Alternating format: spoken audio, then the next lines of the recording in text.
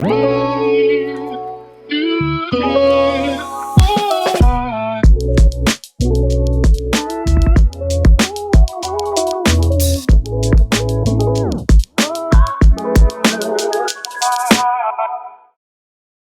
and welcome to Real Menopause Talk. My guest today is Katrine Cakuls. Katrine qualified in osteopathy in Canada and has worked pretty much all over the world. She's an advocate for and teacher of intelligent stress management and heart math. We all know that reducing stress is the foundation of healthy living and a happier menopause, so I was excited to learn some super easy, scientifically proven techniques that can be done anywhere. Very exciting to meet you. Likewise. Would you like to start off and tell everybody about yourself? Sure. My name's Katrine Cakuls. I'm from Canada and I'm based in England now, not moving again. But I started practical professional life as a physiotherapist, educated in Canada. And then I worked throughout different places in the world. I was in England working as a physio, and Australia and France. Then I went back to Canada and finished the Canadian College of Osteopathy and moved and opened my clinic in New York City in Manhattan. I've had the clinic there since 1997 and have now moved my base to London since 7 years ago. What made you decide to put your roots down in London? I was doing a lot of postgraduate work with a professor of osteopathy in Perpignan, in the southwest of France, and it was a lot easier to get there from here. Yes, that makes perfect sense. Yeah. Well, very glad to have you here. Thank you. Thank you. Whereabouts are you in terms of menopause? So I'm menopausal. I've been menopausal for 8 years. And how was the whole experience for you? It was fine. I've been working in and interested in women's health for so long that I was preparing and thinking about menopause already for a long time. And I've always been taking care of my health through exercise, eating well, osteopathic treatments, homeopathy, naturopathy, acupuncture. So with all my fabulous caregivers, I came through the experience well. There's a moment, where I noticed that things started to change. There was more squidge around my middle. I thought, what's that from? And, then there was sort of some moments where I was slightly forgetting words and some moments where suddenly I'd feel a wee bit warmer. But, as I was being treated regularly, constitutionally with my practitioners, when I would mention these, everything was taken care of. So I actually had a great experience and certainly feel very peaceful and happy to be menopausal. Because of your practice and the amazing caregivers around you, were you aware of perimenopause from a young age? I was always interested in women's health. My family is very medical. My parents were both physicians and consultants, and my grandfather and my uncle and brothers. So I was always aware of women's health in particular and looking at all the different phases between my friends, going through whatever phase I was in, but also looking to my elders, seeing what they were going through. And were they happy to talk to you about it? Women's health in general is not very talked about, but being inquisitive, I would ask them questions and they didn't really have very in-depth responses besides, well, I'm taking this pill now, or it just happens. They didn't sort of go on and explain very many things. So I had to talk to older women that I knew that were mostly practitioners. A lot of my network of friends have also been practitioners, whether acupuncturists or homeopaths, psychotherapists. And so I was able to speak to them more clearly about their menopausal experience and what they did. Did you learn anything from them that set off any light bulbs for you? Yes. The one thing that they didn't say this to me, but the one thing that I really took into my heart was preparation. And it really encouraged me to look at woman's hormonal timeline, from puberty through to the fertility years to menopause, and to really ahead of time prepare both mentally and physically for the next phase, and to look at it as a transition. How would you recommend that women go about doing that? First of all, I think it's really important for women to speak to women that are younger than them. So I think, if you have teenagers around or even prepubescent girls around to speak about the hormonal timeline and to share. I started work with a friend of mine called Bloom and Women, where we were looking at creating some type of a site where women would be able to share their stories across ages, but also across cultures, so that we could learn from various cultures, so that we could learn from different ages, and so that we could share the coping mechanisms, the insights, the joys. Because, a lot of this comes with negativity. You get your period, oh my God, you get menopausal, it's horrible. But there are also some joys that people could share. So I really encourage women, to talk about women's health to one another. One of my specialties that I've worked on for a lot has been pelvic pain. And the reason that I did this was I had to do a research thesis to graduate in osteopathy. And I chose to do it on vulvodynia, pelvic pain in women, because there was very little care going on for that, except for take a pill, take an antidepressant, take a painkiller. Not only that, but I found that very few women, if any, spoke to their friends, their family members, their doctors about pelvic pain. And so talking about women's health and everything that comes with it, with friends to begin with your GP, is really, really important. There seems to be a lot of shame that resides in talking about pelvic pain and that idea of endurance. You just have to carry on. How can you impress upon people how important this is to talk about and seek treatment and explain all the other wonderful things that everything that's held in the pelvis does? There are a couple of ways to impress this upon women, is that everybody in life, if you boil things down to, is in pursuit of joy.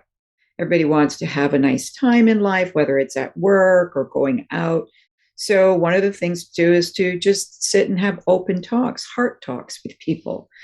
And part of a heart talk is talking about how you feel well and how you don't feel well. And what I would have to say from a practical viewpoint to women is, if you don't take care of it now, it can get worse.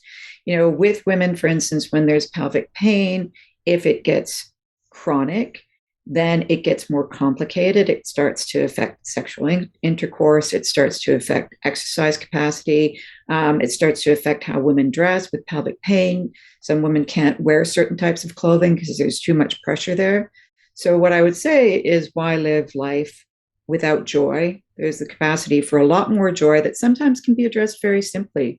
And that's one thing. The other thing, too, is that with changes that happen with natural aging in our bodies, for instance, the loss of muscle strength and the loss of tissue elasticity, you don't want to hamper or sort of burden the body even more with the natural changes that occur by not addressing a basic dysfunction. And certainly if there have been operations or childbirths on top of pelvic pain, you might have difficulties later with prolapse or loss of good tone within the muscles and the area that help to hold in urine, that help to hold the uterus up.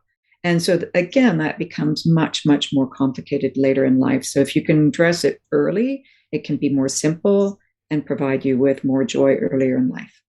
Going back to the idea of sharing information across the ages and learning from the younger generations and the elders, what have you discovered?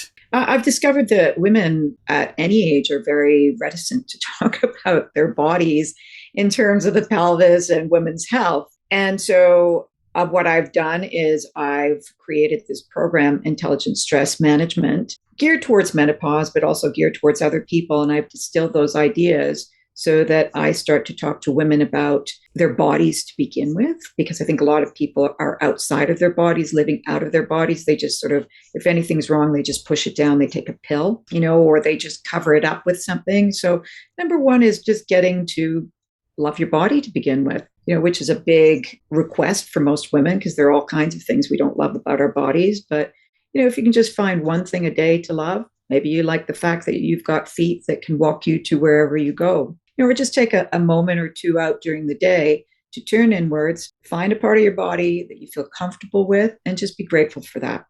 So if you're going inwards and getting to know your body and finding parts of your body that you feel grateful and happy about, that's one way of already connecting with your body. And spreading that practice to other women, I think, is already allowing women to turn inwards, A, to be grateful, B, which helps to decrease inflammation just by the act of putting yourself in a more positive space. And then C, you're connecting with your body so that when something comes up that might not feel great in your body, then you'll be able to start to address it.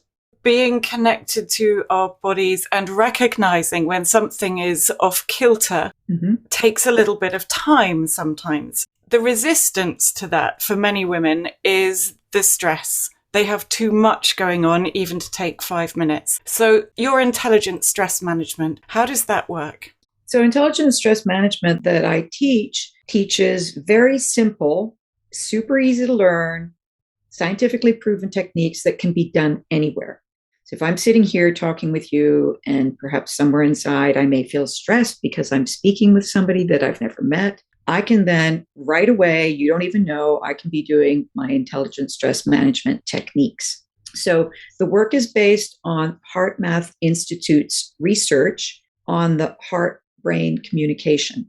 And what they found through 30 years of work, and I think over 330 scientifically peer-reviewed articles, and based on recent findings in the field of neurocardiology, is that the heart and the brain are in constant communication. The heart communicates by heartbeat signals. So heartbeats are signals that go to every single cell in your body, and they go up to the brain as well. Heartbeats are not like a metronome. They change based on your emotions. So negative emotions like self-loathing, fear, hatred, jealousy create heartbeats that are irregular, chaotic, and unpredictable. So that the messages that the heart is sending up to the brain are chaotic, unpredictable, irregular. So then the brain that then is trying to organize what the body's doing is going to create this disorganized, ill-functioning body state. As soon as you feel, and the emphasis here is feel a positive emotion, your heartbeats become regular. So the signals going to the brain are regular, organized, and clear. And so the messages coming out from the brain to the rest of the body are clear and organized, and the body can work very harmoniously. And this state of all the body systems and the brain working in a harmonious state is called coherence. Coherence is very regenerative, restorative, and energizing. And again, you can flip into a more coherent state really simply by doing a breath cycle of 5 seconds in, 5 seconds out. I do this through the nose, in, through the mouth, out, but you can do it any way. So I could be sitting here listening to you and be doing my breathing. I can also, while I'm listening to you, choose in the moment to feel a positive emotion. And if I'm stressed, I'm not stressed talking to you, I'm enjoying it. But if I was stressed, I could think, or I could look at something that I think is joyful or reminds me of a happy moment. And immediately my heartbeat will normalize. And then I'll have clearer signals going to my brain, which also helps function of the brain. You'll be able to make better choices in the moment. You'll be able to think more clearly, because what stress does is it puts us into a reactive mode. It's like a reflexive mode. And so you can't think as clearly. You can't make as good choices because you're working on more of a reflex reaction. That is fascinating. So does that go some way to maybe explaining when I'm talking to you, and meeting you is, of course, a great pleasure, but yes, quite hot and nervous. Explaining why my brain is just shut down because it's anxious and my heart and my brain are not working in harmony. That's right. That's right. Because basically what your brain is saying, I don't have time to remember what I was just saying. I've got this lion standing in front of me and I either have to fight or have to run away. Who has time to remember the words I was going to use, So immediately you can do that. And if you don't find a way to sort of do the breathing or feel anything joyful, take a sip of water. That'll give you a pause. You'll take a deep breath in while you take the sip of water, center yourself and start again. These sound like great techniques for women who suffer through anxiety through menopause, and maybe they're in a meeting and they have brain fog and suddenly a word drops out of their head. So to take a sip of water, or to breathe, or even look at a photograph of somebody they love on their phone. Absolutely. These would all be techniques that help. Certainly, and what I suggest, and this again goes somewhat back to the idea of the timeline. One of the things that I didn't talk about before was that your adrenal glands, they make secondary hormones. So when the ovaries are stopping to make as much estrogen, the adrenals kick in and create a secondary type of estrogen. So if your adrenal glands are functioning well and can do their job, they will help to balance out the shifts of the hormones.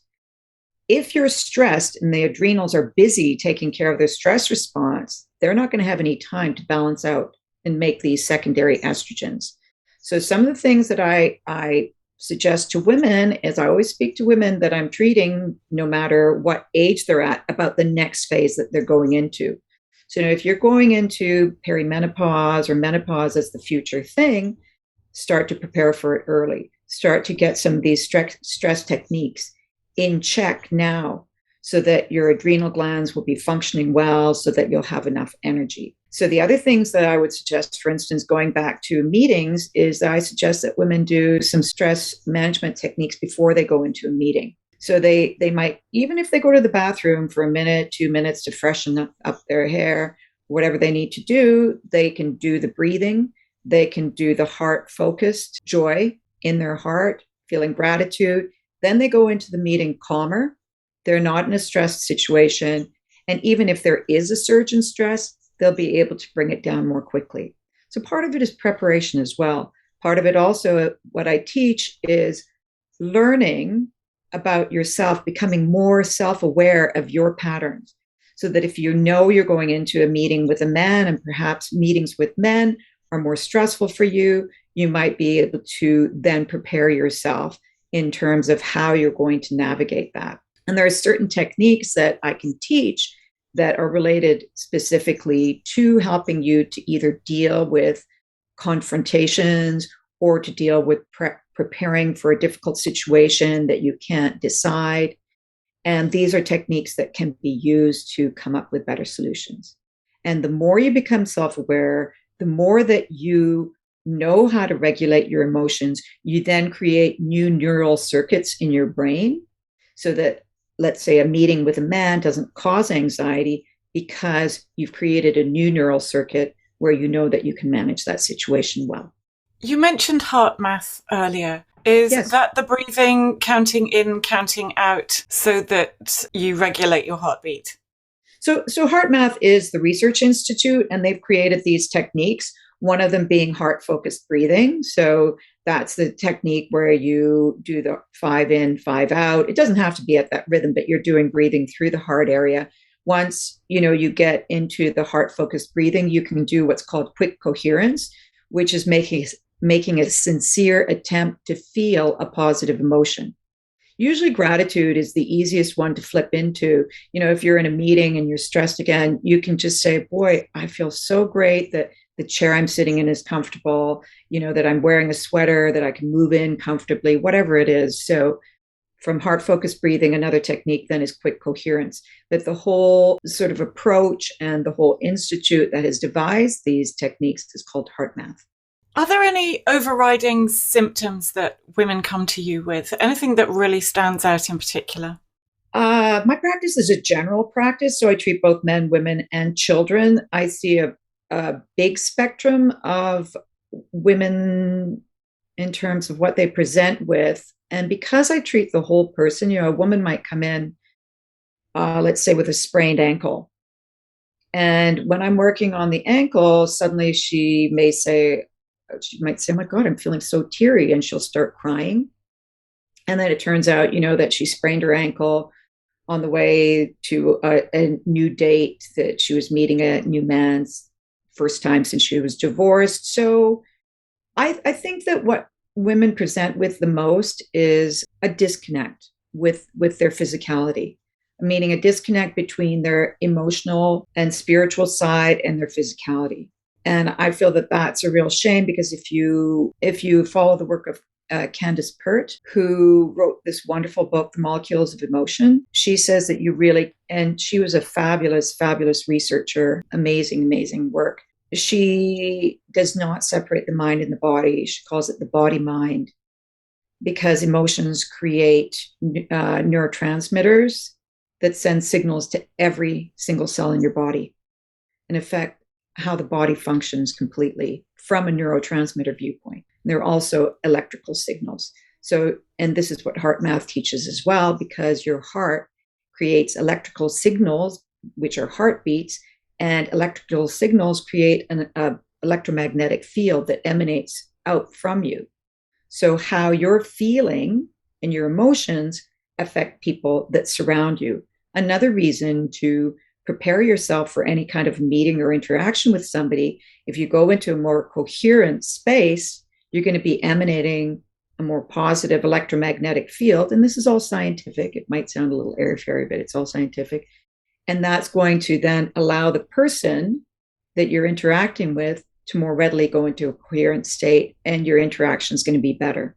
So yeah, that's the biggest thing, going back to your question, is the disconnect between the entity of the physicality and the psychospiritual or the mind spirit state. The idea that we emanate what we feel, I completely believe that, and was talking with my eldest daughter the other day about it as well. The whole expression of they give off good vibes or bad vibes. Yeah. It's an electromagnetic state. And Absolutely. She loved that. She doesn't like the expression. She loves the fact that we're all molecules, and the rate at which we vibrate is something we can all relate to. Absolutely. And it works vice versa. You know, that, for instance, when people are emanating a negative vibe, I think that's an easier word to use, is I think we sometimes need to be careful of engaging with those people, you know, and prepare ourselves and to put ourselves really into a super coherent state so that our field actually shifts where they're at. Yes. And we don't take on any of their negative electrons. Yeah, absolutely. Absolutely. What would be your key pillars for care if they haven't had the opportunity to prepare? Really, for me, it boils down to stress management. Because if you're taking hormone therapy, if you're being put onto a specific dietary regime, if you're doing psychotherapy, they're all great. But stress happens to us on a daily basis, and we often sweep it under the rug. You know, the bus was diverted, let's say, stress number one. So you're going to be late for work. You forgot your lunch, stress number two. There's a nasty person sitting next to you at work. And we sweep it under the rug and say, you know, I'm going to go to the gym at the end of the day. I'll do my yoga and I'll take care of it then. For me, it's taking care of stress in the moment it happens. Okay. And that to me is key, is to be able to address stress in the moment it happens, so that by the end of the day, you're not drained. And when you're drained, then you can't make good decisions. You may sort of not be able to regulate your emotions well. Also, addressing stress in the moment makes you more self-aware of your patterns. Maybe you become self-aware that you really don't like being late and that it really bothers you. And so you might then change your schedule. So the big tip is stress management. I am not a physician that prescribes hormones, so I can't give a tip from that viewpoint. I very much believe in working within my field and allowing the excellent specialists to stay in their fields and give out much better information, so I don't dilute information, pretend to, you know, give people things in terms of biochemistry to do. I mean, obviously there are basics. If you have Coca-Cola and Cheetos all day long, that might not be that great. But at any age, you can definitely improve your perimenopausal and menopausal experience by managing daily stress in the moment it happens. I think that's wonderful advice. The foundation to all the rest of looking after your diet and exercise and prioritizing sleep. So your techniques will come in very handy indeed. You teach them as well as treat people hands-on. Is that correct? Yes. So my prime practice is hands-on work, but in the treatment, because the sessions are an hour long and the sessions are, I'd have to use the word a little quieter. They're not sort of the rack 'em, stack 'em, crack 'em type of treatment. You know, that people, as their body eases, they feel more open to express themselves. I don't expect anybody to talk about their psychospiritual state, about how they're feeling. But if it comes up, that's when I'll then use the techniques. Also, I'll tell somebody that it's their responsibility also to feel better by dealing with stress. So I'll bring the techniques into the hands-on work. So sometimes it's hard to just work with stress management techniques online because somebody might be so mechanically tight that if I can open up their body, then their mind can relax and then they can take them in as well. So I like the mix of the hands-on work with the stress management techniques. However, I did notice, because I've been doing this over the pandemic when I couldn't do any hands-on work, that people deeply benefited as well as I did. I was practicing them myself and have been for years from these techniques, and certainly noticed a greater increase in energy, better sleep, better metabolism, and better capacity to exercise. Outside of the professional world in which you work, what do you feel the perception of menopause is currently? Sweep it under the rug with a pill. It's I think it's still very much looked upon as a horrid time in life. I've definitely, because of my personal interest in menopause, have tried this out with women and told them that I think menopause is great. I feel super peaceful and joyful to be menopausal. And, certainly I'm in a much, much, much calmer, more joyous space. I think that unfortunately, women's positive stories about how they're feeling through menopause haven't been talked about enough. I think also, yes, there are changes that happen just like they did at puberty. You have to learn how to deal with, bleeding every month, and how are you going to cope with that, and learn how to deal with skin changes. And I think, that there's a lot more that we could be talking about with other women because it's all just negatively packaged, I'd have to say. How do we bring the positivity into it? Sharing good stories, not just terror stories. Saying like, wow, I found a great hair product to use because I noticed my hair was drier during menopause. Or, oh boy, I learned that if I stopped eating as much sugar, my skin improved during menopause. So sharing, simple, practical tips. And I like the simple, practical. Most women that are perimenopausal, menopausal are at a super busy time of life, dealing with family, maybe aging parents, teens, running a business. They're exhausted. And then the hormonal shifts on top of them don't leave them a lot of bandwidth to really take on something new.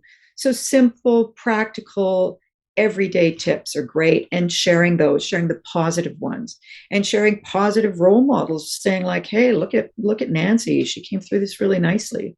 The other thing to share along with that is to share with your friends scientifically sound resources that they might look into, whether it's a YouTube or a podcast like this, because things that, if you're busy and you're cooking or you're driving, put it on in the background and just take in whatever you can take in on that day, and don't worry about knowing it all right away. Great advice. Is there anything that you would like to say to somebody starting out through their experience towards menopause, or in general? Honor your body. We're not machines. I think people take better care of their cars than they do of their mind and their body. Find that time, whether it's 2 minutes on the bus, to just zone out, stop looking at your phone, just do some breathing. Breathing can be done anywhere at any time. Find a time to do something kind for yourself and be gentle with yourself. Take a bath at night, if you can. And again, do whatever fits within your time frame. We don't have to be super women. We don't have to do everything. Find a balance within your life, but a balance where you do find even 30 seconds 3 times a day to turn inwards and look at what you need.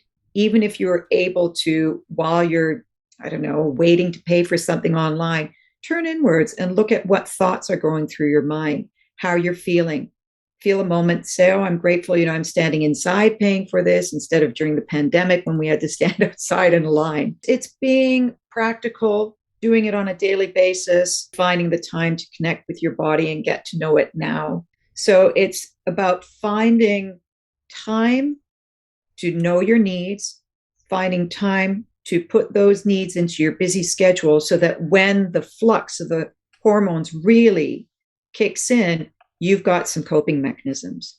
The simple, practical, that you can just slip into every day is magic because of the busyness of life. Thank you very much for your time. It has been really lovely to meet you, Katrine. Thank you.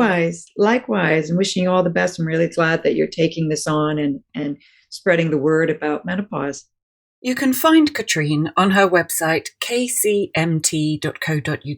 She's happy to receive phone calls, and you can find her on Instagram, Katrine Cakuls. I'll leave the spelling in the show notes. Follow us on the podcast app so you never miss an episode, and leave us a review as it does help boost our ratings, and spreading the word is what it's all about.